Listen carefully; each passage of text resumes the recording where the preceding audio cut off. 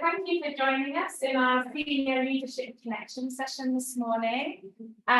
We are super lucky to have Samantha, Munguia and Valerie, both from ASU, lead us in this discussion. And please to ask any questions at the end, whether you're on Zoom or in person. Thank you, welcome. Thank you so much. Let's go ahead and advance our slide here. It's the clicker. Thank you, Sam.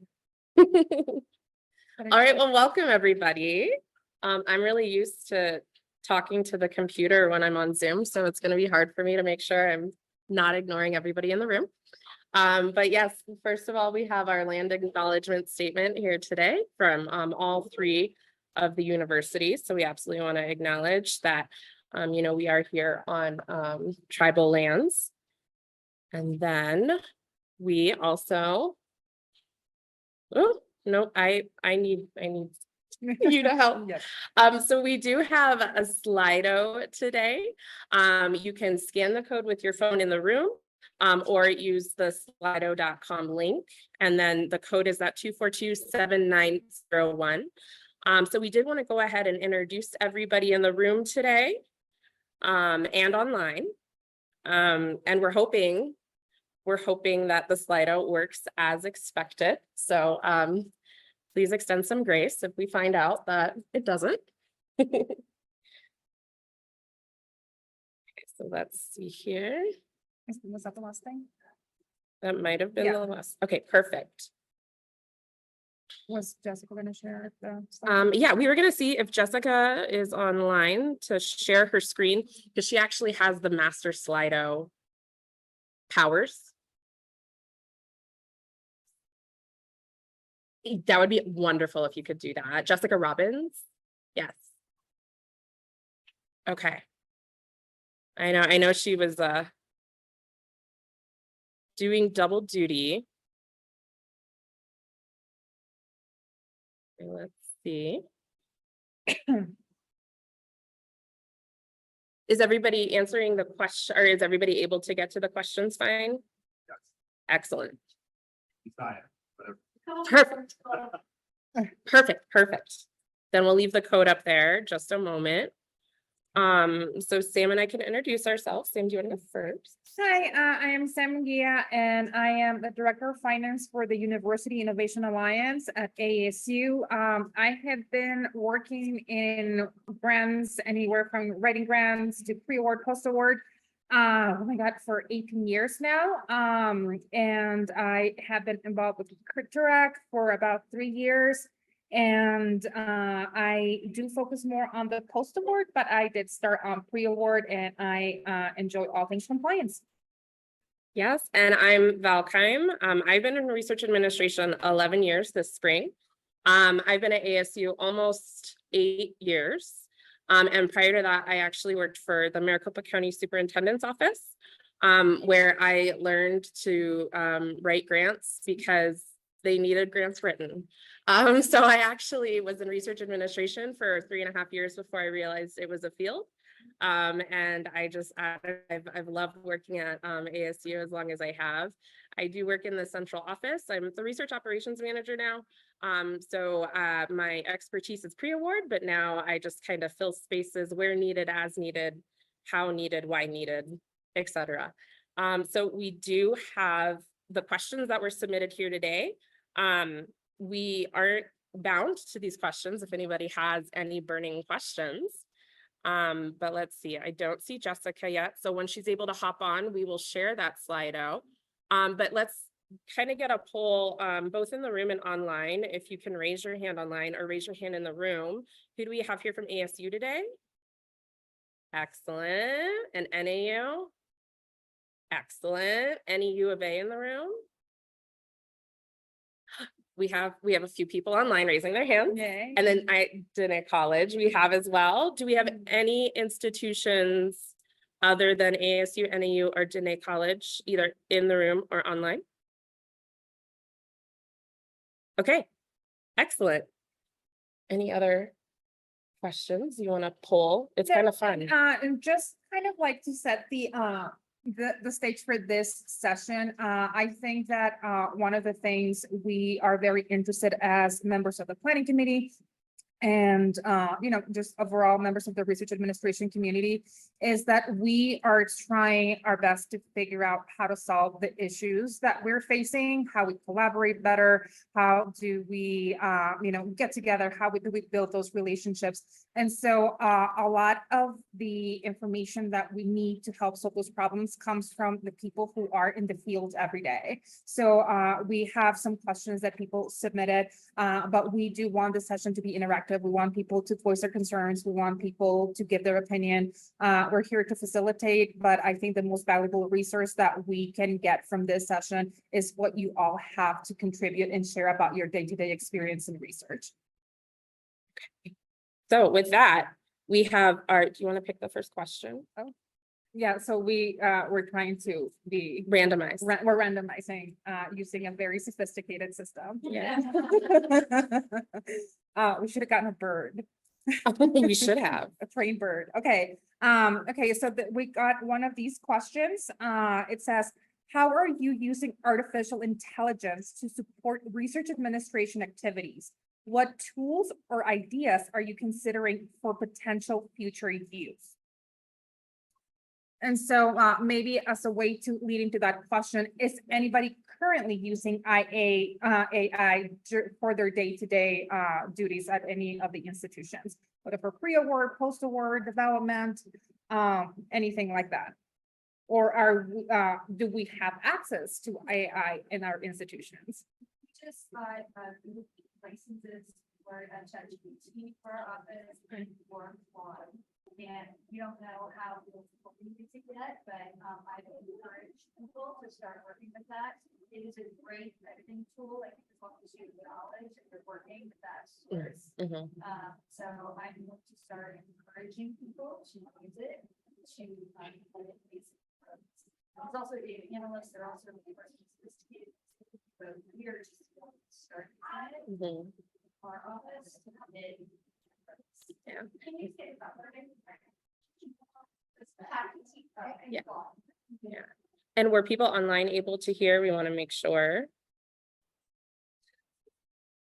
Okay. And just for the ASU folks, ASU does have a partnership with ChatGPT.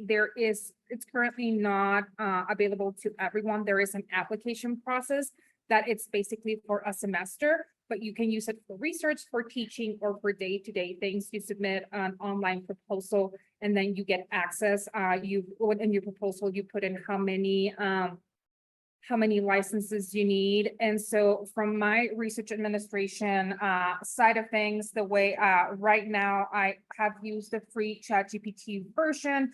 I mostly sometimes struggle with when I am trying to map a process, trying to make things concise and clear. So I have started testing using ChatGPT for things like that, just because in the current position I'm in, I have absolutely no mapped processes. And so for continuity onboarding, that's obviously very important. One thing though that I have noticed with my own personal use of ChatGPT is just that importance of how you ask the tool to provide that information. So what people are calling prompt engineering. So I know LinkedIn has been a resource for me in terms of how to do better prompts in terms of questions, because sometimes I feel like maybe I do this because that's how I learn. Like I need context. Like for me to learn, for me able to give an opinion, I need context. So whenever I'm working with ChatGPT, I provide a context like, hey, this is what I'm doing. What do you think about that? But overall, I do not know the implications of, for example, on the pre-award side, of using ChatGPT, I don't know, maybe to create proposal checklist, help edit proposals. I haven't delved into that piece. But other than that, I do feel that there is so much potential for day-to-day tasks, because obviously, when we think artificial intelligence, we probably are thinking, oh, it's not for me, or it's for people who are actively engaging in research. But I think the intent is that for it to become a day-to-day tool for everyone. And what company is, I've heard of Claude, but I don't know what company is that with? Is that also a ChatGPT product? No. ChatGPT, and something, well, it's Anthropic. Okay, yeah. So if you were, if in case you didn't catch it, Dene College is looking at using the Chat GTP, which I'm guessing is the 4 point whatever version. Okay, the 4.0. I use the 3.5 because I don't have a paid subscription. And then Claude, which is the Anthropic product. Has anybody else in the room? Yes.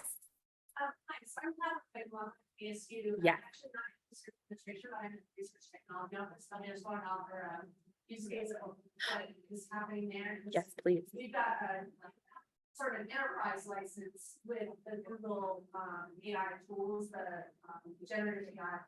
So what's happening is, like, for one example, build these tools internally so they will look at your internal organization or your internal networks. And so they're looking at things like using AI to help organize and, make it easier to search all policies that have to do with, like, security or, cybersecurity or anything like that. And I anticipate we're going to find there's some policies that kind of butt heads. Yeah. But those are like some of the use cases I think that we're looking at out. But in research itself, because there's a lot of supercomputing and high performance computing, that can also be employed in that area as well. Mhm. Can I add a little bit to that? Absolutely, Haley. To look at outside products like Google, Responsive, Nero, and a couple of proposal development software that include AI, do the checklist, compliance checklist, see if that might be able to be rolled out. Fantastic. Yeah, no, that's really fantastic. So when we're talking about proposal checklists, and now I'm just going to be selfish. How comprehensive would it be? Are you looking at uploading the funding announcement and then asking for a proposal checklist? Like, how complex can that query be? Okay.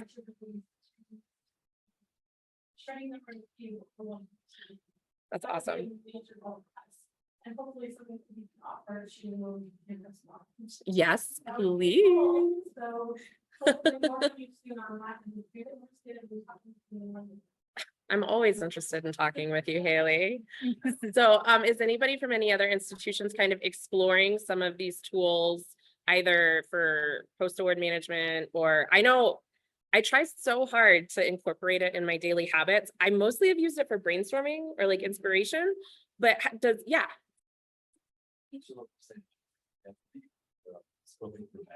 I use AI to help me find errors when I try to automate Excel spreadsheets. With fancy links or other typical connections. Yeah. Copy and paste sometimes people tell exactly where the error is and why it's. That's amazing. So online, I'm talking about checking complex Excel spreadsheets to use artificial intelligence to catch those errors. And do you work in a self-contained environment? Because I know at ASU, a lot of it is talking about if you don't license it, there's concerns about how broadly the AI is sharing the information it's learning from you. Yeah. So, okay, excellent. So just the code itself. Okay, so like have the spreadsheet formulated, but not with like real salaries and names and stuff in it. Yeah, that's awesome. I just wanted to chime in to say, Okay. Yeah. A microphone. Okay. Excellent. Absolutely. So has anybody online used any tools in their day-to-day processes? We'll see if we get any hands raised. It might be easiest to raise your hand and come off mute if you feel comfortable. Give them a moment. What was the question, Val? Okay.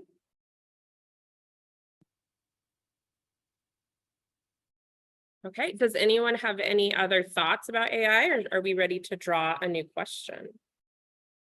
Yeah. Yeah.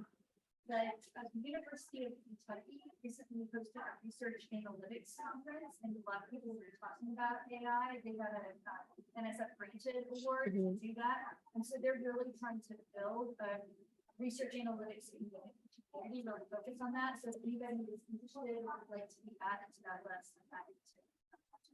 That's fantastic. Yeah. So Andrea mentioned that University of Kentucky is building like a community, a research analytic community around AI specifically. More focused on research analytics. Okay. And AI.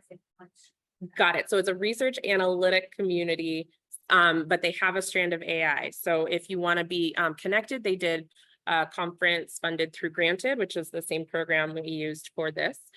So there will be some resources online there. Would you like?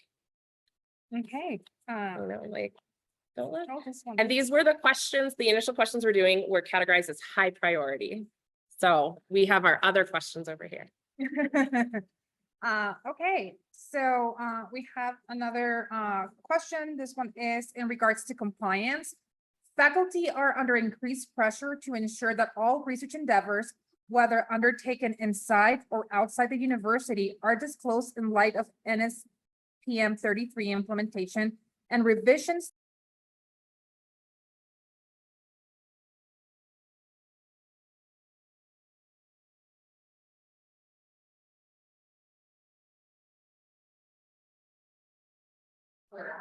How do your organizations or professors realize the potential risk of non-disclosure and the need of not relying solely on the institution for this information? Anybody online or here in the room have any initial thoughts? I'll start with some of my thoughts. I know that for me, one of the things that made a huge impact when I was working at the department level was the level of support I got from dean, research. I think that depending on the subject of college, I think that a lot of faculty respond better to get some of this information, especially when it comes to compliance, if it comes from their leadership as opposed to staff administrator. I know that for me, in my personal experience, that's always been the difference is by, this information to be presented from a staff member, but when it comes from the dean, it is absolutely different. So for me, I think that it's very important to have that support from internal leadership and make sure that faculty respond to that leadership and that leadership, stands behind compliance. Because that is also for me in my 18 years of working in this administration. If your leadership is great when it comes to following compliance and complying with things like effort reporting and all of these things, if there is no support comes from leadership and saying, hey, this matters, and reinforce it and do it, it's really hard for staff members to create change, create that culture. So for me, that was always something that I tried to communicate to my leadership is like, we need to figure out what is it that I can do realistically as a staff, to support service to this organization versus what you can do to leadership who, ultimately are in charge of creating that research landscape and approach. They decide what goals are, how faculty are reviewed for promotion and tenure, how this actually is to each of those colleges. So I do feel that it is and again, this is my personal experience that it is the role of the administrator to know of these of all of these compliance issues, communicate them appropriately. But in terms of college-wide efforts to enforce it, if we change, it definitely will require staff to top-down approach coming from the dean and, making sure that they see value in, in doing compliance. And also that they understand risk and what that, what the institution can actually do for, like if you get a ding for non-compliance, what they said that it means to you, and, at one point, are you on board versus what the citizens said and help you out. But again, like I said, for me, I do feel that the culture change, the shift in trying to get faculty to be pro-compliance and taking care of administrative tasks that an ICT is what we need from CEOs no value is not on the administrator. I think for us, it's like facilitators, not. So if I may put the person who asked the question on the spot. Do you mind, Jolena, back from David here, do you mind sharing like kind of some of your recent experiences? And if you found anything about them or like, you had a lot of brain over. So what's not working and then maybe you can break down some solutions or new things to that. Yeah, so it cannot be a long question, but so the reason why I asked it is because I think faculty are not in the mindset when it comes to disclosure of all the activities that they have related to research endeavors. And so what I've been trying to do within so I'm in a school. And so trying to help our faculty understand the reasons why now they're being asked to certify their current and pending. So previously they were not expected to certify. It came from the institution because it was disclosure based off of what the institution is aware of. And with the M33 memo and the changes that are now coming out due to foreign influence and those types of things, that now it includes anything that faculty have that may be outside our institution, which we are no longer, able to have access to. It's not going to be in our database. It's not going to be something that we're collecting. So it's trying to help faculty change their mindset of also thinking about all the things, not just what's going on and relying on the research administrators to pull the report for them. And they just look at it and say it's great, but also helping them to think about, okay, you need to make sure that you're thinking about any other arrangements or relationships that you have outside that you need to disclose now to the federal government with these new changes. And so some of the things, we always balance like how much time we have to do these things.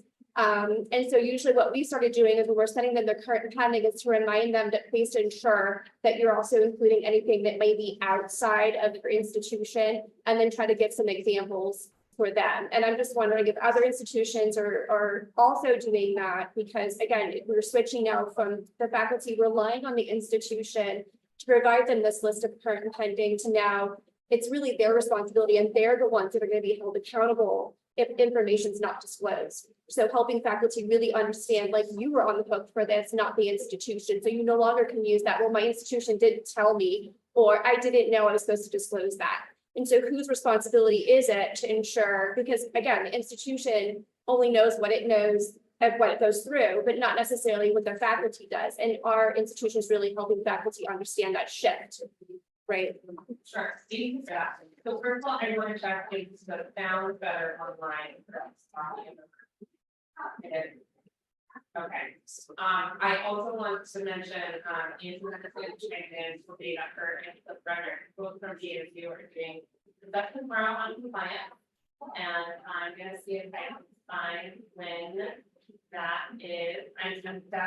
That's gotta be our compliance check at 2:30 in the afternoon. So if you want to fill out with special topics with compliance, we'll have some people in the room there. And then there's also a COI session tomorrow morning. So I mean, you can look into that. But I would love to hear from any of you or who will be online or even today if we start to talk about these things. Have you found any communications to the faculty to be more effective than not, or this kind of like, I don't know if pressure is the right word, but just that it's not comfy. Have you found a place where everybody at least feels like they're having a big conversation, and has there been any breakthrough, I guess, that you've had at your institution? Or what have you tried? Because I know the Department of Energy is every 30 days now. Boy, let me tell you. that's kind of a fun little thing to try to get people to remember. We are setting up a learn to word for 5 years. And so reminding the faculty, like, it's really great, you're pursuing more opportunities, but you remember, within 30 days of that submission, sorry, I'm gonna need that thing from you so that we can send it off to COE, so they, not that we're just telling them about it, but we're disclosing it to them in writing, which the way they asked us to. So has anybody found a nice way, not nice, but found an effective way to kind of navigate this, especially with the different sponsors having those different timelines for exposure? I feel like we need AI for that.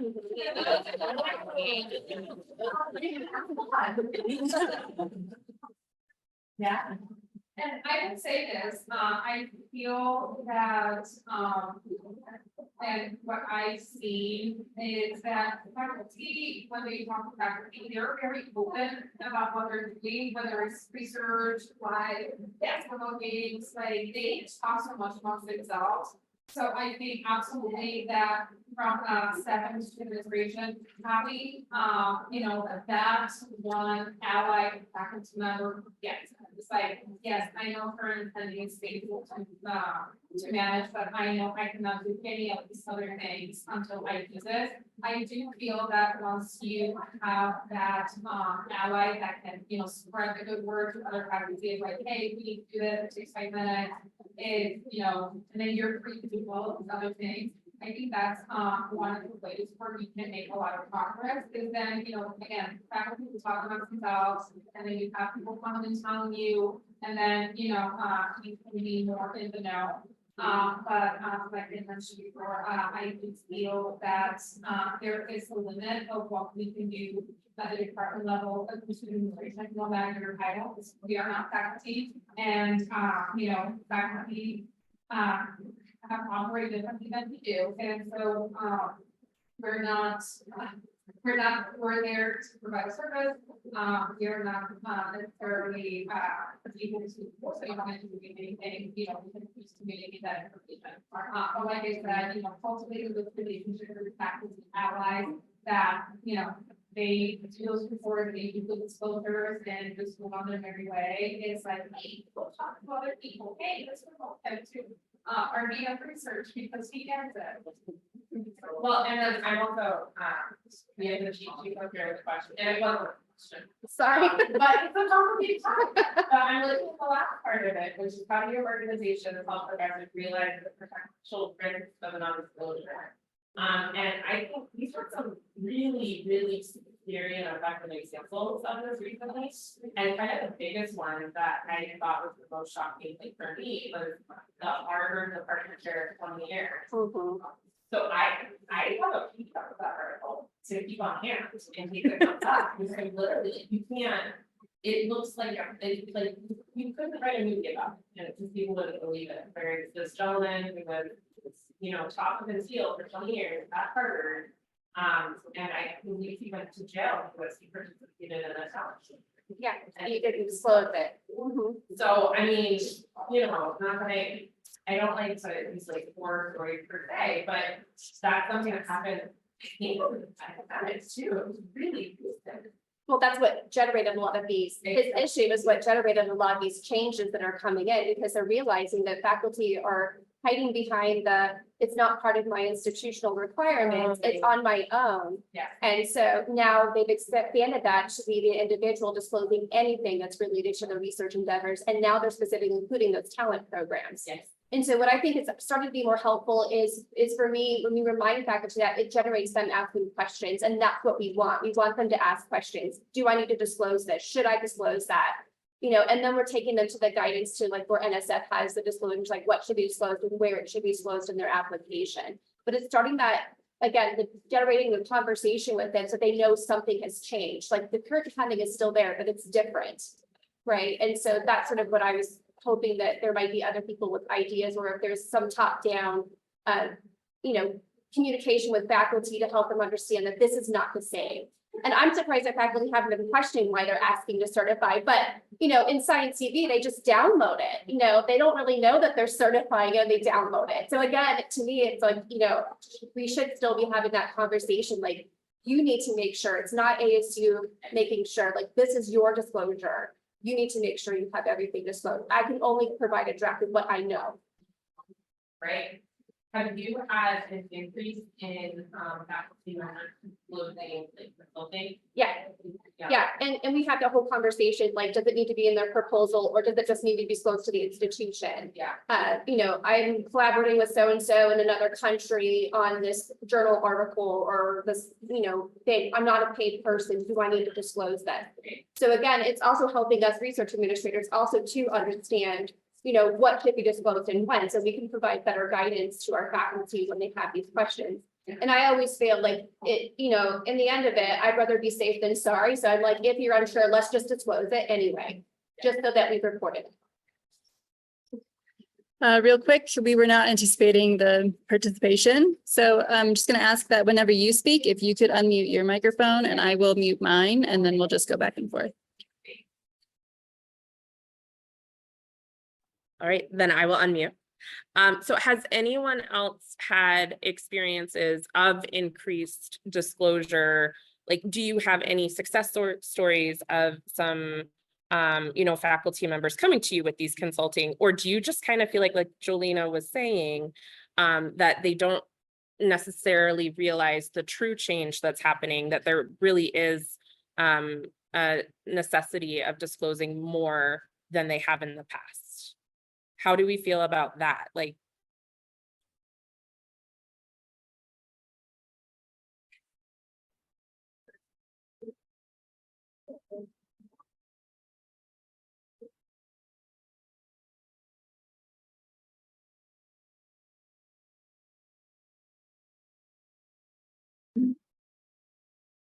okay, I'm gonna say that means we don't feel great collectively. So at least we're not alone. Well, I don't want to pick the question for you. Okay, so these are actually two related questions. The first one, and I'll read them both, but it has to do with staffing in the field. First question is, what strategies are institutions and departments implementing or thinking of implementing to recruit and retain experienced research administrators? What strategies are being used or considered to grow the field, set up a pipeline to bring people into this career track? And then the second part of that is, the right people with the right skills at the right time is all of our mantras when it comes to staffing and recruiting research administrators. What kinds of things is your institution doing to deal with our current war for talent and to help meet the challenges of today's employment market head on? So staffing, how are we struggling with it? Yes, Sarah. Hi, so I'm Sarah with Arizona State Central Post Award Office. So a couple of the things that we've been working on is that we have tried over the years to pursue senior level staff, and that just hasn't really ever worked out. So we've just kind of committed to, we're the group that's going to convince people from other fields to re-career and go into research administration. So we've been getting better at getting people launched in research administration faster. But one of the big things I think that's been helping us is over the last year or two, we've been slowly trying to build out a central post-award RA support model to attempt to mirror the central pre-award team that we have, Research Advancement Services, to help fill in gaps for departments that maybe are too small to hire a full-time research administrator for post-award, or they've just experienced what we've also experienced in the central office is talent drain. So we've been building up that model very slowly, and it's been really helpful because all of a sudden now me and my team members are having to better learn what the post-award RAs are having to do in their jobs. And we're identifying plenty of spaces of like, oh, that's why this process is confusing. Like, we can't even figure out what the department folks are supposed to be doing, and we run the processes. And so I think that is something over the long term is we're trying to really test out, can we build a central pipeline of skilled post-award research administrators that eventually we can either support folks on a short-term basis centrally or seed departments with people who have been trained. So that's some of the things we've been working on the last year or two.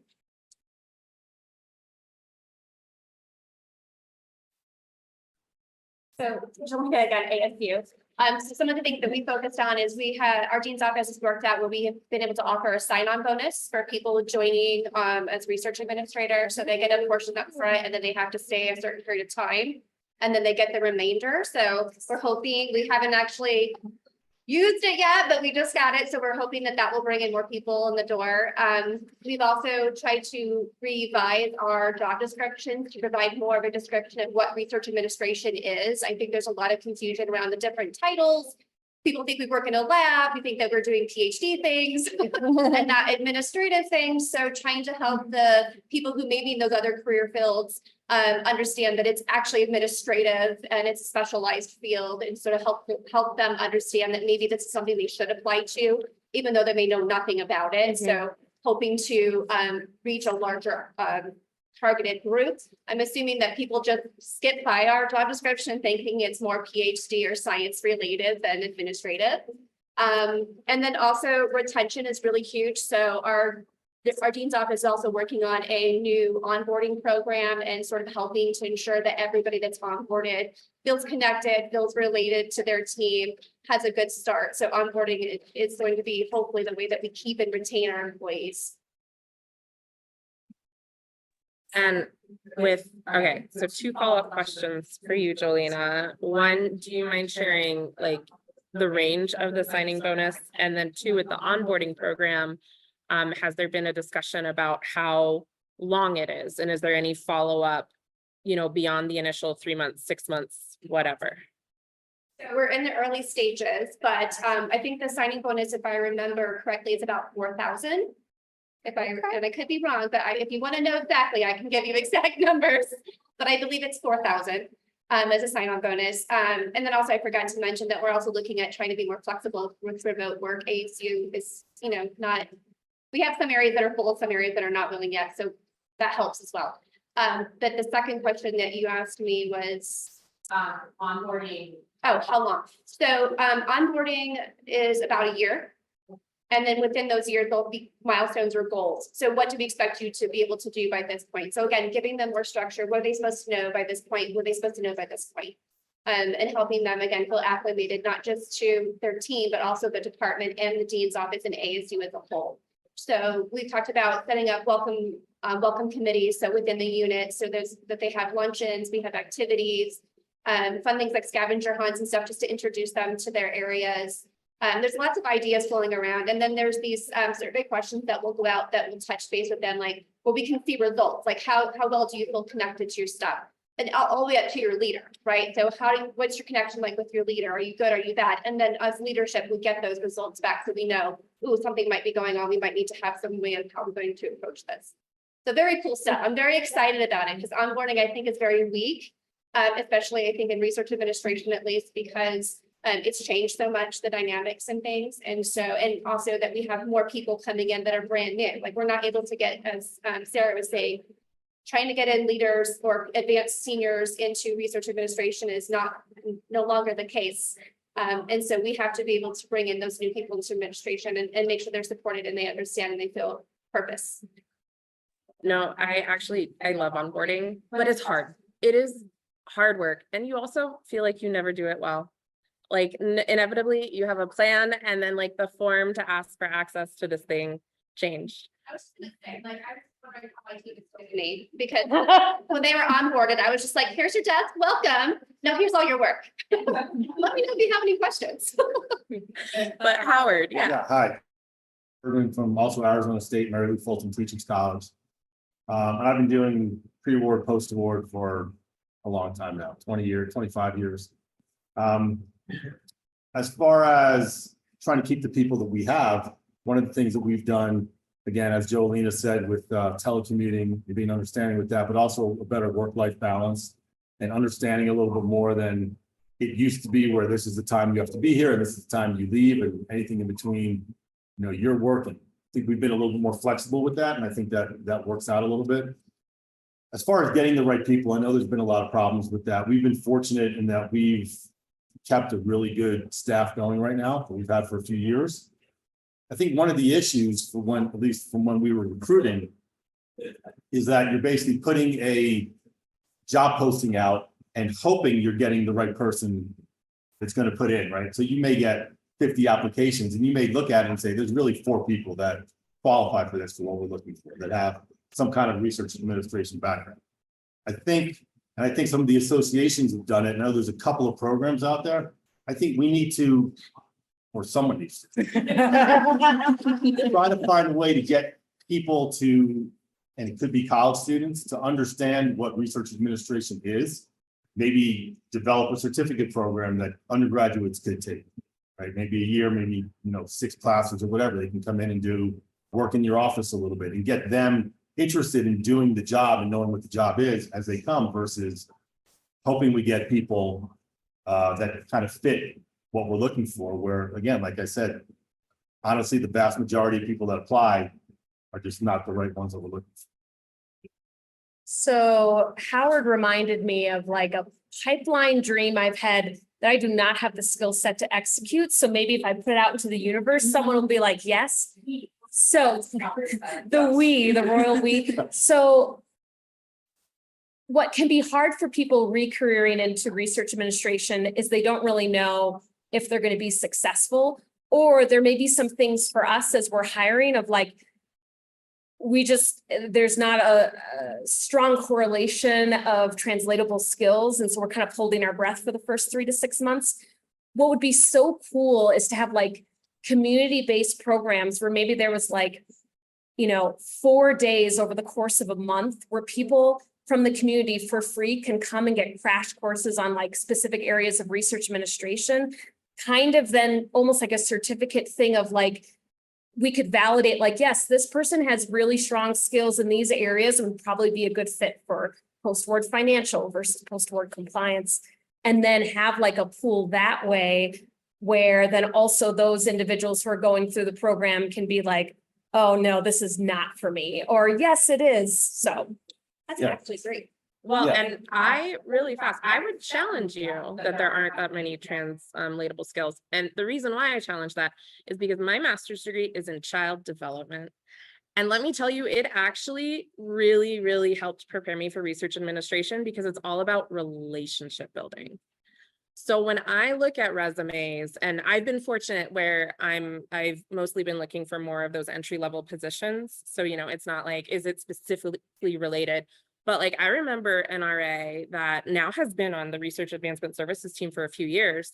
Her office experience, and I won't name her, but I hope she doesn't mind, was in the reception of a preschool.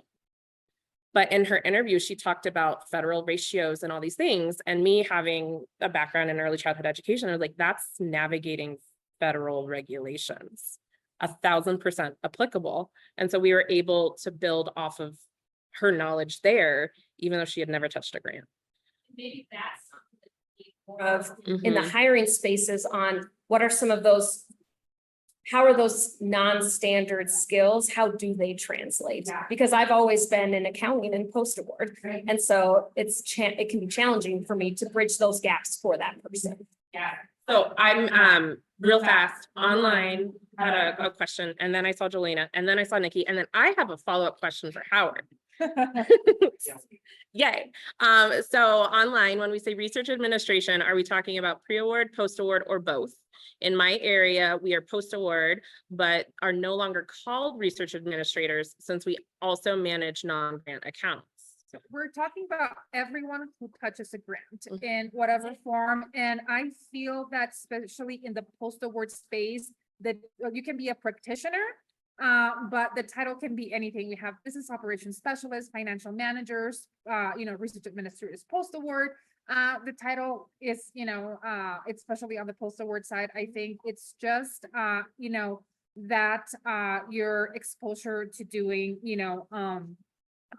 managing or helping managing or the submission of grants I will say that in terms of, because I feel that it is, in my experience, and I don't know if the other institutions have experienced the same thing, that it is a little bit harder to recruit for senior level post-award positions than it is that for pre-award. And I think that one of the things that we see a lot when it comes to the post-award side of things is that people who don't do grants but do finance think that it's a completely different space that has nothing to do with what they do on a non-grant account. It's like, no, you're reconciling, you are following procurement policies, you know how to interpret and apply policies. So there is so much between non-grant account management and grant management that they have in common, that I feel like it's actually the portion of it that's different. It's so much smaller than we believe. And for me, when I was in central office and I used to do outreach to the departments, that was kind of the thing that I kept trying to tell them is like, if you are doing non-grant accounting at ASU or any of Arizona universities, you already have a huge chunk of the skill set that you need to do postal work. Because again, you know, the process of you understanding and applying procurement policies and knowing what you can and cannot do, like this money can pay for this, but not for that. That's universal in the non-grant and the grant. So like I said, one of the things that we want to do, and we'll talk about this during our Clara session tomorrow, is that we are calling ourselves practitioners, just because I think that the need to help us recruit more people has led us to, you know, changes in title and changes on how we're structuring workload. So it's like, we are calling us practitioners as long as we're, you know, involved in the world of research and grants, you know, you are a practitioner and, you know, and this applies to you. And so I would follow up to you, Veronica, to say, have you noticed like a really big change in the identity of those folks in the post-award positions as like not feeling like they're research administrators anymore? Or is it just kind of a recent change that you've noticed? I would be really interested to find that out as well, because, you know, I've always had the research administration title in some way. So I would be really interested to hear that experience. But while we wait for that clarification, Jolena, what was your thought? I saw something really cool on LinkedIn and it was from Jessica. So I don't know if Jessica's online, but they do the intern where they have high schoolers come in to intern in research administration, which I think that is really cool. Because again, trying to help people understand that this is a real profession, that this is a career. And so leading to that was like, I would really love to be able to try to set up a booth at a career fair. Like Fulton Schools Engineering has career fairs for their engineers. Like, why can't we have one for, you know, research administration and really help those kids that may not quite sure where they fit in, learn more about what we do at ASU or learn about research administration and help hold them in that way. But I wanted to mention, I thought that internship was really cool. We also have interns in ours as well. So taking those PhD students who might be going to school for business or any other degree and pulling them in as interns and helping them to learn more about research administration as well. So those are some other ideas that might be helpful in helping to start the next generation coming in. Yeah, absolutely. And about the high school internship program specifically, that was Heather Clark's daughter's idea. And Heather Clark was like, we haven't tried it. So let's, yeah. Yeah, Mhm. very cool. So then we tried it and third year going strong. Yeah, and just one other thought that Sarah said, Sarah, I was thinking of stay-at-home moms that want to come back into the career force. Yes, Right? yes. Like, that would be such a cool opportunity for these mothers to come back, especially if it's like part-time. flexible, part-time to do something. And then, you know, if you can manage children, you can manage faculty and grants. Right? Great, and Sarah. You remember your thought? Or do you remember? I think it was. Oh, I you should chime in a little bit. Just, you know, Andrea, you probably have a similar dynamic in that our talent pool is much smaller up here, and it's hard to attract people to live up here on the salaries that we can also pay, given it's really expensive to live up here. So I think that was the, sorry, I'm Nikki, I'm the assistant director for pre-award here, and we're a centralized office. So all of the grants and contracts administration is centralized in our department. Pre-award, we're just 10 people, including myself. the first thing I think I did here, how many weeks were we into it, Kayla, that I looked at everyone's salaries and rose them by 15%. I was like, this is ridiculous. Because people were leaving, someone left on the course that they were headhunted, more salary, and it wasn't acceptable. So really lucky to have good leadership in supporting those, like sign-on bonuses, good salaries. We have flexible working. We all work remotely 2 days a week minimum. Half the week coming up in the summer, we get True Blue Fridays, which our president gives us. All of these things are things that I'm telling new recruits are absolute bonuses of living up in an AU to create that work-life balance, which is critical. Thinking about stay-at-home mums coming back in, you know, we've all sort of been there and dabbled in. But thinking about transferable skills, one of the things that I look for, I'm also in our mostly been recruiting pre-award research administrators, so somewhat considered entry-level work. I don't think it is entry-level work at all, but I'm looking for great communicators. We are all service-oriented, right? So no names mentioned. I've got hotel front desk staff here. I've got boys and girls club staff here. So the child thing, it absolutely correlates. Here, you know, all sorts of. My whole team has some connection of just being fantastic communicators. And I always say, I can teach you Excel, I can teach you how to review an RFP, or AI can, but you can't teach fantastic communication skills.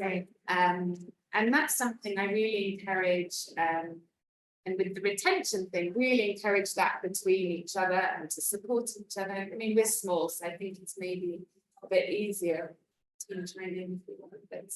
Just some thoughts from NAU with maybe slightly different dynamic of a smaller pool about how we can take. But we do the career fairs here as well. Awesome. Yeah, I'm jealous of the True Blue Fridays myself. What are those? So the president, essentially when faculty go on leave, no one works officially on a Friday, but we work 4 9s Monday through Thursday. So it's a heavy 4-day week, but it's rewarding for those of us, especially with kids or other responsibilities and the summer holidays. So just creates that work-life balance. Yeah. So go ahead. Just follow up on what you shared, which is, look, we're in educational institutions, right? And so this is really about teaching people a new skill set. So at college, the odds that I'm gonna hire anyone that has background or experience in research and administration approaches 0. Right? Yeah. And so we just say, oh, there's track. That's so amazing. Like, let's go to track. Everybody, you know, including, you know, our administrative assistant is here. Why? Because she is on the path. She doesn't know it yet. Right? Yeah.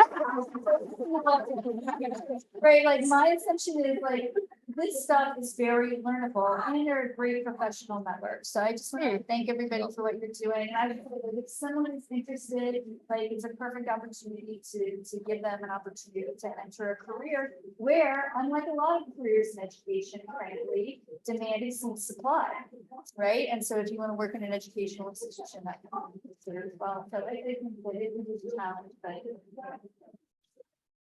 Yeah, no, and that's a really good point. I mean, I know teams across research operations, we use recordings from Turek in our onboarding. So the other cool thing about that is then as the new people meet their colleagues, they at this point might be, 3 years ago, but they've seen a video of somebody before they meet them, which is also kind of cool. Veronica said as the follow-up to her item, she said that they're trying to define their titles and job descriptions, and it's helped their team to identify as business and finance administrator rather than just scoping it on research administration, which I could absolutely see that. But I wanted to ask Howard, because I know you did have a team member that retired and then worked from out of country for a while. So do you mind sharing, because that's a tremendous amount of flexibility. Time difference was wild. do you mind sharing kind of like how, as a team, you all navigated that and came up with the idea to propose it and got buy-in? Sure. So we had an individual that was working for us full-time in Tempe. And she moved overseas. She didn't want to leave her job. But of course, at the time, there were no real options. So she moved, and we ended up actually having a center come in that we were going to be overseeing, that was going to become part of our college. And they had quite a few. They had maybe 10 grants that they were bringing with us, maybe 25 or 30 people. And between myself and my other full-time RA, we were pretty much stressed to capacity as it was, never mind having all these new people and trying to teach them the ways that we do things here. We've actually since had 2 centers. This first center actually came from another university. Second center was on their own, so we've had to teach them from scratch. So one of our staff members had the idea of bringing this person back, seeing if she'd be interested in working part-time for us. She only worked 16 hours a week, 4 hours a day, 4 days a week, but we gave her all of the centers, the 2 new centers to work on, to get them going, to get them into our ERA system, the online system, do budgets, do all of that stuff, and kind of be their contact person that was specifically for them. So she got those up and running, and it's worked out really well. And even though the centers are already going, and they still are bringing in a few grants here and there, but we've kept her on part-time just because it's worked out so well. Timing is a little bit different. She is on the other side of the world, so she works basically afternoons for us from like 3 to 7 our time. But we work with her, so if there's something that needs to be done during the day, I'll jump in, or our other RA will jump in just to help them out. But I think it's worked out really well, not just for her, but also for these new centers that know they have one specific person they can go to with any issues or problems, since they're new to the way we do things. One suggestion I have as someone who has applied for a position as a research administrator is that the websites are really important to try to explain what we do. I think a lot of the language that we use is really internal language, and even like PIs have alluded to having struggles with understanding what that process means, or who do I contact, or, you know, what is my role within this? And so I think trying to think of a landing place on the website for the general public that maybe, I don't want to say like dumbs it down, but just kind of like teases out the ideas in a way that's like translatable, where it's like, oh yeah, I do actually have a skill that relates to customer service, or I do have experience with this grant management or something like that. Yeah. No, I love that. It's like a public abstract for NSF or any other, like, it's like you said, it is language that's widely used and not all the jargon. Because even the jargon between pre-award and post-award within the same institution doesn't always match. And it goes beyond just the job description, right? Because it's like, well, how does this relate to the whole team or that whole department? Or yeah, and I will say, I recently hired, it's the first time we've hired a project coordinator in research operations. So I had a lot of freedom with this job description, but I decided to put in the job description, I'm looking for somebody like who's eager to learn and who is fine learning on the job. And I gave examples of like, here's the places I can have you grow. And I mean, I got a really great person in that position. She's here today. Happy to introduce her to anybody. But by writing the job description that way, I was able to get a totally different personality of person who wasn't, where's the handbook day one? Because I was so honest in interviews at the time. I was in my position I'm in now for like about 3 months. So that, you know, standard question of what's the day-to-day look like? And I was like, well, what emergencies happened that morning? Because that's what we're going to be doing that day. So also just kind of, if you have the freedom in the job description to be really, really specific about here are the qualifications, but this is what I want and this is what I could give you. I was really delighted by the response and applicants I got for that. I know, I think I had another thought, but now I don't remember. Does anybody else have it? I feel like we could talk about staffing all day. I have a question, really seeking guidance from people here. can talk about writing a very specific job description to be clear about what you want. But what if what you really want is like writing that clear, focused job description is really not possible, and what you really need is someone who can do anything, like whatever those emergencies are, and you really sort of need someone that can jump in there. How would you handle that, or do you think that that is a problematic situation? I don't think it's problematic. I think it might take a little bit of trial and error. At ASU, in the central office, we've tried a lot of things over the last few years. And one of the things we've done is we have this massive grant and contract specialist and grant and contract officer job description that literally you could be placed on any team. So it's like, it's not, here's a pre-award GCS or a post-award GCS. It's like, you look at this job description and essentially you probably feel like you could be running the entire operation from not even like cradle to grave, but like with Haley's team over in research development, getting, talking to faculty 3 years before they're applying into the door. So that has been useful because we have this generalized job description that's open essentially forever. And then all of the teams can recruit from it. So that's one thing that's been really useful. The job description I just wrote, it was for a project coordinator instead of a research administrator. And I think the project coordinator title, Jessica Robbins and I discussed about how we think that it gets other people who wouldn't go into research administration to apply. Because that is like kind of a really common, and I put a lot of project management language in the job description, because as we're talking about it, building relationships, communication, like that's translatable to project management skills. And a lot more people have heard of project management than research administration. So I don't think it's impossible. I think it's hard to do. But I think it's also trying a few different things to see what resonates with the pools you get. Has anybody else? Yeah, Jolena. It's a profession, and we're trying to reach an audience that people don't know about what it is we do. And most of the time, like me, myself, I just fell into it. Like I came as administrator or secretary back in the day when that was allowed. At ASU, and I heard people about grants and my grant. I'm like, what is this grant stuff? And before I knew it, I was helping faculty in the department doing their rounding forms and doing grants. And that's kind of how I fell into it. And it was this whole world I knew nothing about. But it became my passion, it became my career, it's my profession. And I never knew that's what I was going to do. And so I think job titles, I really struggle with that, because I really don't think the titles that we have really reflect what it is that we do. I mean, we're chaos coordinators, we're problem solvers, we're whatever you need us to be at the time.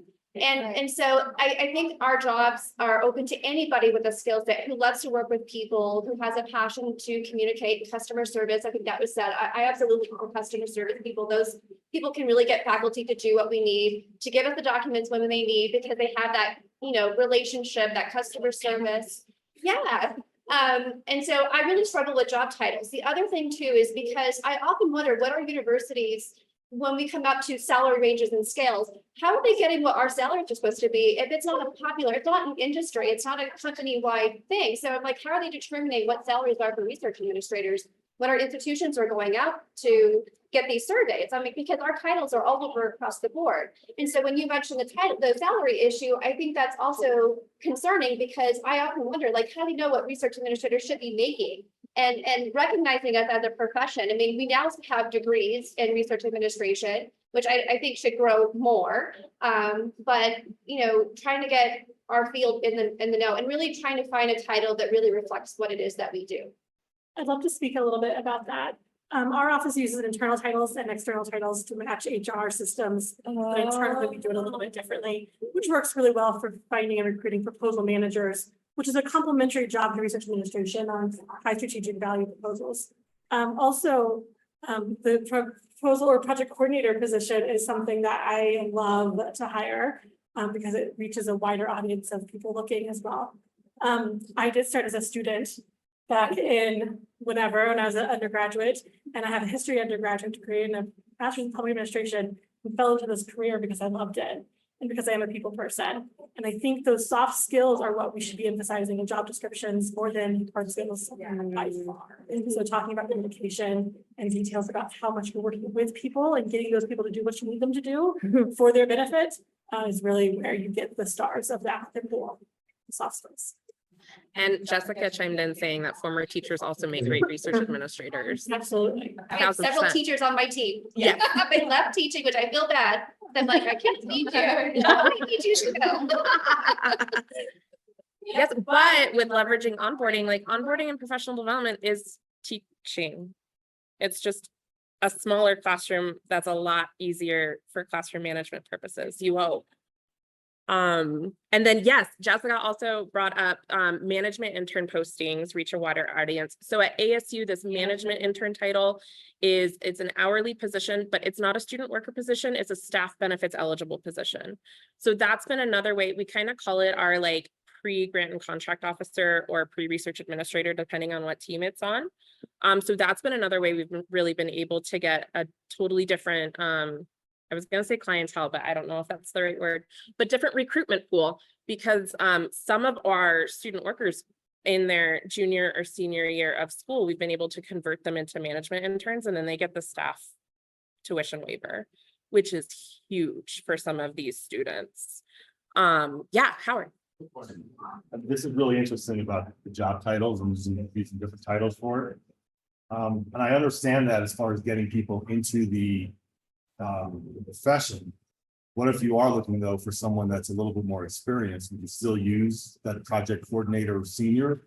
Or would you say this is a research So administration position? in our office, I do not like the project coordinator senior.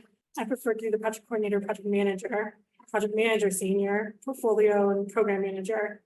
And do the research categories. There's a different job code in the HR system. Right. And I don't do the proposal or the project coordinator senior. I think it gets people stuck there that can't promote to the other side. But if you're looking for someone that's, I mean, ideally in the field for a higher level position, would you use the research? I would switch Administrator to position. manager. We call it project managers, which is where I started after my 5 years in ORSPA sponsored projects and 5 years in research administration. And then I was the project manager level. So you wouldn't, for public posting, you wouldn't use the term research administration. I take away the word research and I That's put why- it in that's the why I'm asking. description. Description Yeah. much more and I And start believing research, it. they have that mindset of, That happens with all my student workers as well. They come to interviews and they think they're gonna be in a lab. yeah. And I have to Yeah, explain, you're not gonna be in a lab. Yeah. I mean, how many applications you get that have PhDs and I'm like, you don't want this. This is not a science job. So I was like, how do we try to get people to understand that we're not in a lab, we're not scientists, we support them. And I do think in the business world and other industries, project management and product management are really popular right now. And that terminology is really popular for searching for jobs. I think we're getting a lot of project managers applying for in our office proposal management. And then in the project management office, project management. Are you getting turnover? Sorry to take too much time in this, but are you getting turnover because people come in thinking it's one thing and then it turns out to be something else? I haven't gotten any turnover lately, There you go. even though we switched. So we're doing good. I mean, I don't know, do we want to keep talking staffing recruitment or do we want to look at some of our other questions? We have 20 minutes. Okay. Pick. This one's skinny. Okay. Am I? You're unmuted. Yes. Okay. Data analytics and decision support analysis are increasingly important in our operation environments. What kind of reports, data, and decision support work has your institution found valuable and why? And thank you, Jessica, she's putting on the screen. Oh, you guys can see it back here. I didn't even realize. Yes, so here's the question. Thank you so much, Jessica.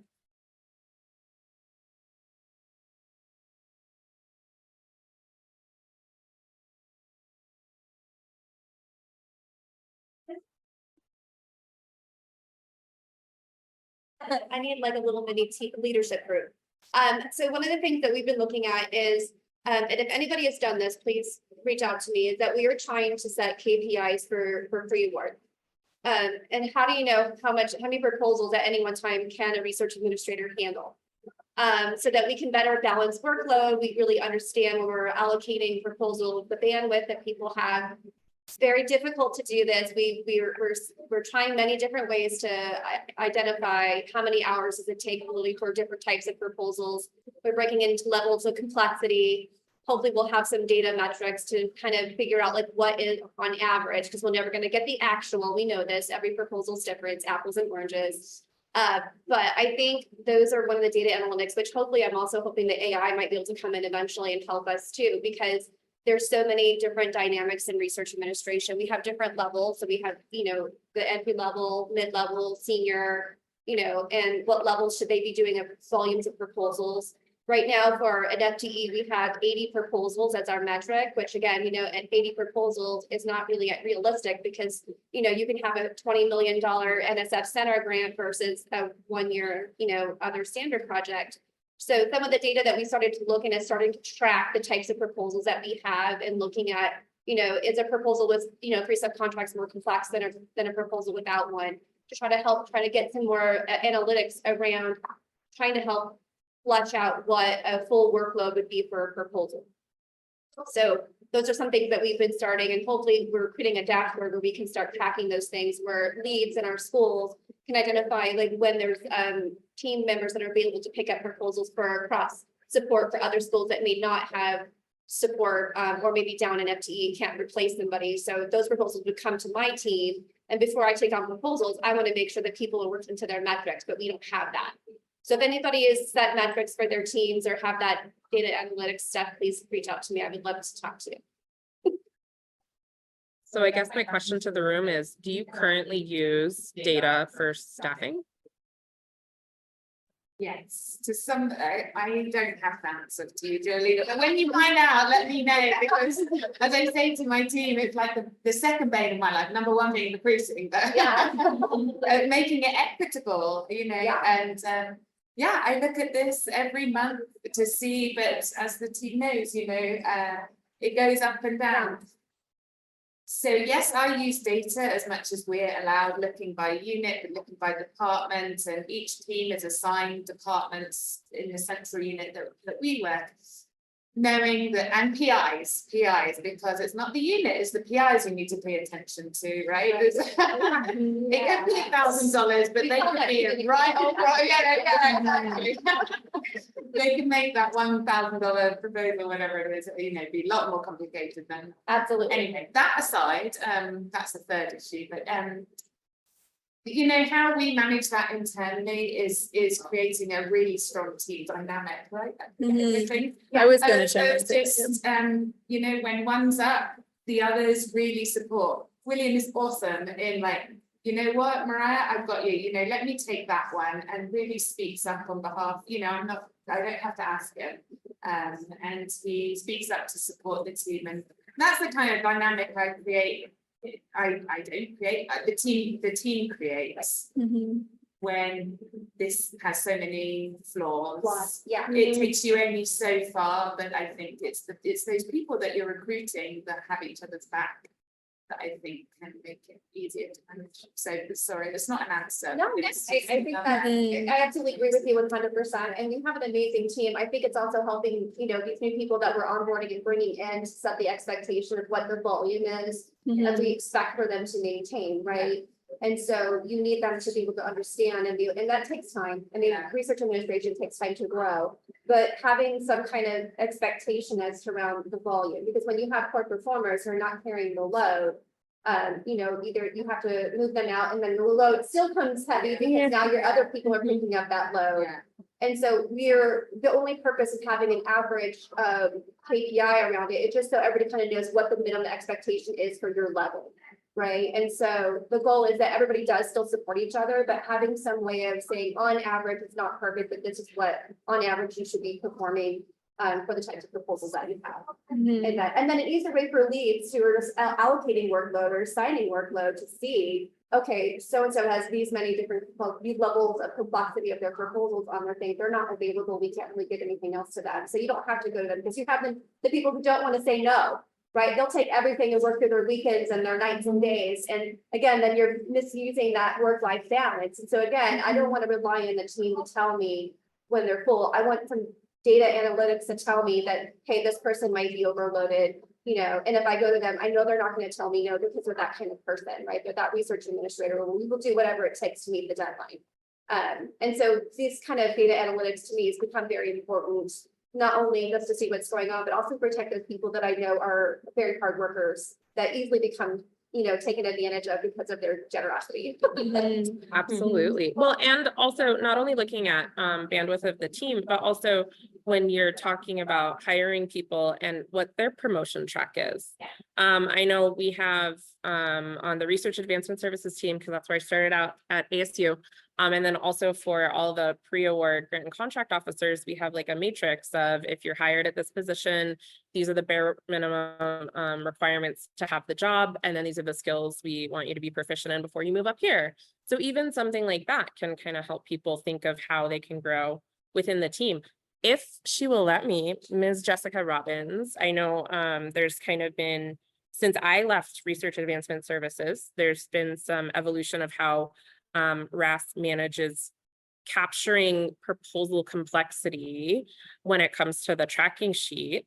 Would you mind kind of talking about what the conversations were to find those metrics and then how to, I was going to say numeralize, and that's not at all, quantify is the word I was looking for, how you all quantified those things, and then how because every month sometimes or year, the complexity changes in what is complex or what feels complex. So do you mind discussing, like, if you're in maintenance mode of kind of refreshing what those scores mean in any frequency? I don't mind at all. Can you hear me? I don't think it's worked when I've tried to speak before, so I'll put it in the chat.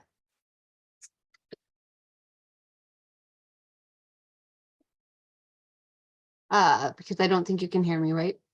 Okay.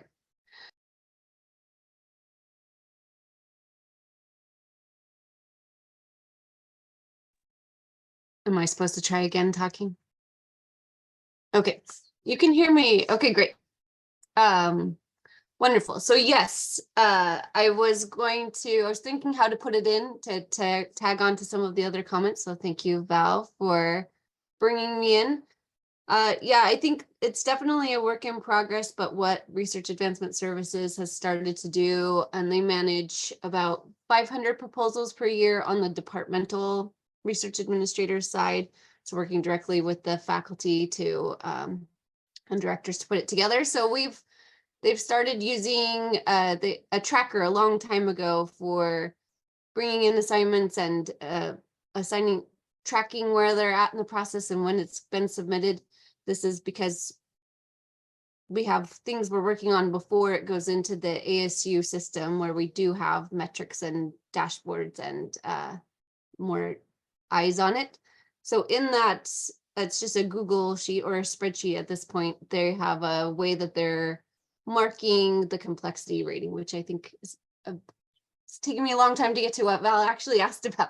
But the complexity ratings we've had, like, so a standard proposal, standard NSF proposal is a level 3, say, like, this doesn't tie to the tiers we use when we're talking about the dollar number, but it's a scale that goes basically from 1 to 6. So a 6 would be like, it's the U.S. Agency for International Development with foreign subrecipients and it's multi-million-dollar. That would be like the maximum level of complexity. So the individual who assigns the proposal will make that initial assessment, and then we encourage the person who's assigned to it to adjust that rating as we go. And they have a pivot table that I think actually Sam set up for us that shows what the number of proposals each person is assigned, but also their complexity load. So factoring in those markers. Is it a DARPA proposal? So that's a 4 or maybe a 5, or, you know, that sort of thing. Did I cover what you put me on deck for, Val? And what programs she uses to track all that? Yeah, Google Sheet, they actually had to, I'm talking for you now, Jessica. They actually had to translate it to Excel recently because the Google Sheet, I think they used it close to 8 years and it finally just didn't want to Google anymore. So they started fresh and use it. But it's funny because looking at the tracking sheet, like I still access it online via like Microsoft Office online. So it looks like a Google Sheet because I spent like several years just used to it. But yeah, so they have it, I think, in OneDrive. And I use Google too, and it really, you can do analytics on it too, so you can pull in pie charts and graphs, and you can do all kinds of really cool stuff. And then one thing I also wanted to mention, and Jessica is the one that shared with me your guys' initial one, and that helped me lead into like where I'm going with ours. So thank you guys for sharing. The one thing that it doesn't capture is also, we do more than just proposals. Like we have the whole post-admission activities, re-budgets, negotiation, backup documentation, working with the sponsor. None of that is captured in our FTE. And so those are things that we're doing. Also, when we're not the lead on a proposal, we're doing currents of pending and we're reviewing bio sketches, and we're doing other things for our faculty that are on somebody else's grant that we're not giving credit for. So there's a lot more work than just the proposals that we need to capture. And right now, they're only capturing proposals. So, oh yeah, there's the suite. Yeah. And so keep in mind that, you know, when we were looking at our workload for our teams, we're only seeing proposals. We're not seeing all the other things that they have going on, that they have requests coming in. And so we're working on a dashboard now where it will include those post-submission activities before it gets to award. So that becomes part of their workload as well. So we're more conscious of the other things that our pre-award people are working on, not just when they have an actual proposal where the lead on. How often is this information analyzed? Like, do you look at this every day? Do you look at this once a week or? For research advancement services, the tracking sheet, this is how they manage proposal assignments. So I know when I was on research advancement services, obviously they talk to one another, so they know when they have a proposal, but it's everybody is able to see who is working on what, and they do have entries for post-submission actions and re-budgets and things like that. And then they also have a weekly scrum where they pull up the tracking sheet as a team and just knock through what are all the deliverables we have the next 2 weeks. And then for research advancement services, they pull metrics monthly, and then they report it out to the team leads and the Jessica, the associate director, and then our assistant vice president as well gets a copy of that report of monthly. They just mostly look at proposal numbers. It's not that sophisticated.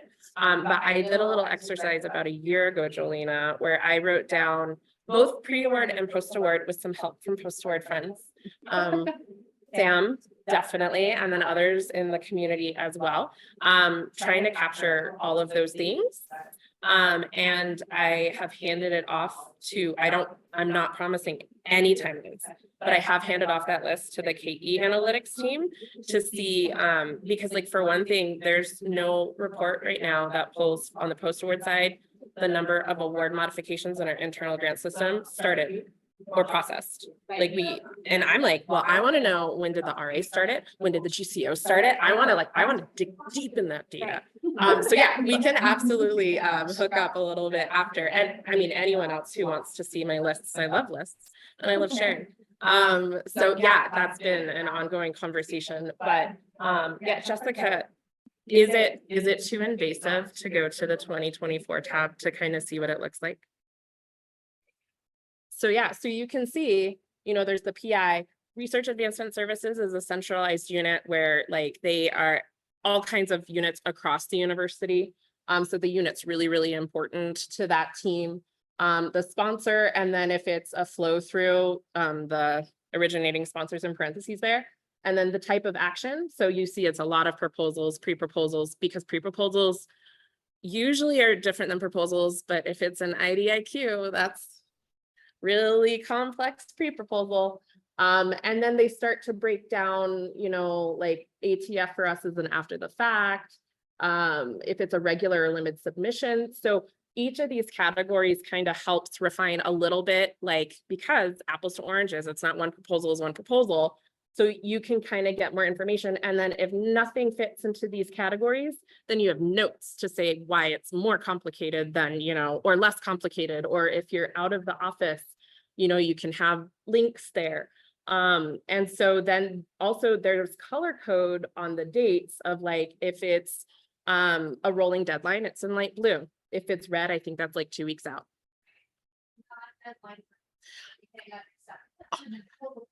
Yeah, there's, for a while, they might not have it now, but one of the RAs is parking lot, or was for a while. They'll sit on your, and it looks like your RA has something to work on and they Right. don't, there's no action on that, so we want to know that that's not on their plate. So again, why this data is so important. Okay, perfect. We need 5 minutes. All of those are due in 2028 in our database. So. Yeah, In the bucket, yeah. they're still there.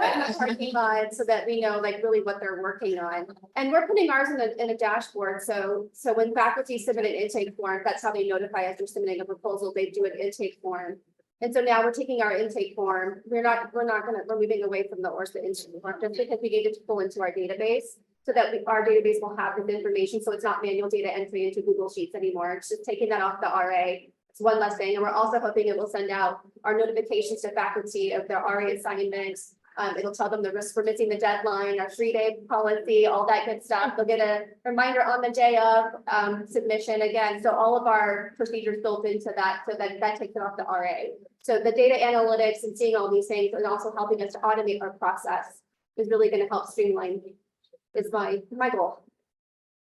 Just want to work through questions on the data head too. Is there any quality control? Is it limited to who can put information into that spreadsheet? Sure. So for this particular spreadsheet, it's a team building exercise and a lot of trust, because a lot of people are able to manipulate the spreadsheet. Yeah. Some of the like more dashboard at the institutional level, that is drawing from our institutional systems of record. So we have our grant management system and then our financial management system.